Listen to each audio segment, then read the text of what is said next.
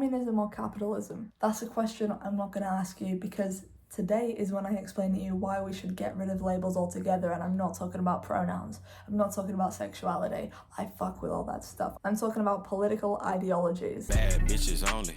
Bad bitches on me.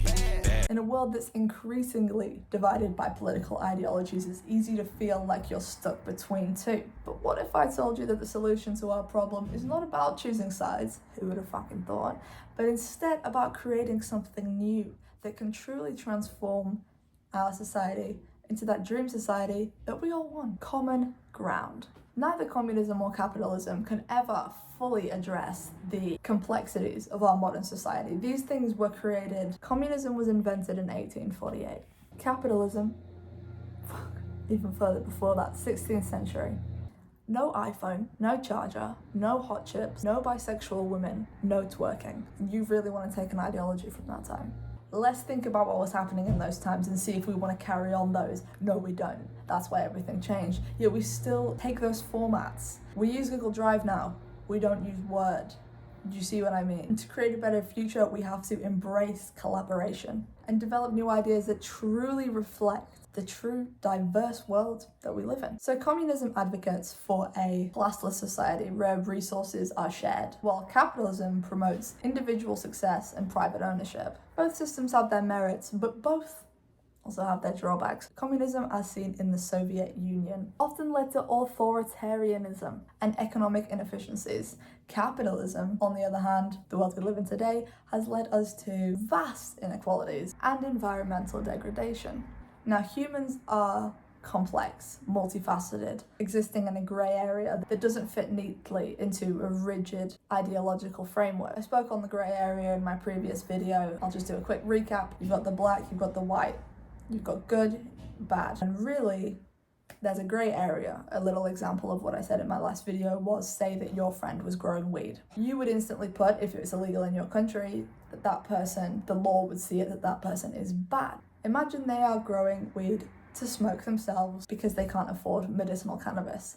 Imagine medicinal cannabis is also legal in your country. You got to do it for the example.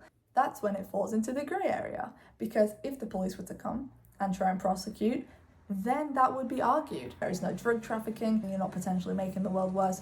It doesn't get worse if everyone smokes weed, by the way. That's why the grey area is so important, because nobody is good or bad. Anyway, for the grey area in politics, the communism versus capitalism, where should we go? Which side should we choose? A lot of people believe in ideas from both. They believe in a free market, but also support social safety nets and environmental regulations. A one-size-fits-all approach fails to address the diversity of the needs and the challenges that we actually face. We must recognize that society isn't black or white, but a spectrum of experiences and perspectives, which is beautiful, because we are all lacking in something. Diversity is extremely important because it's impossible for everyone to know everything, and that's why we have so many different people. You don't have the man at the top of the feminist movement, Which, once again, that collaboration brings me to the importance of collaboration. You guessed it.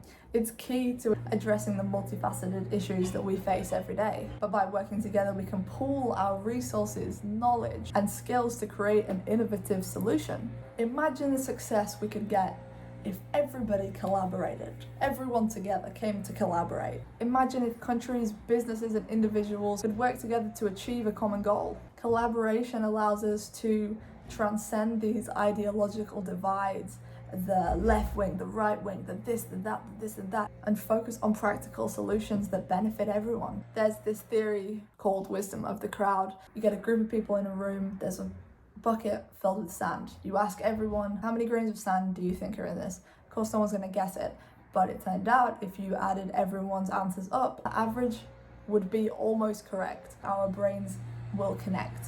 It's the human body. And so if we all work together, we will achieve the best outcomes. So we need to move past existing ideologies and create new ideas that address the true issues of our society. We should blend principles from communism and capitalism. We should take them from everywhere we can. All the ideas from everyone and everything to create an equitable, environmentally friendly, sustainable system that people aren't constantly fighting about. And I want to start a revolution, not based on Marx's idea of this and that, based on the people. We've got to embrace the grey areas. That's where the actual ideas happen. We can create a brighter and more inclusive society.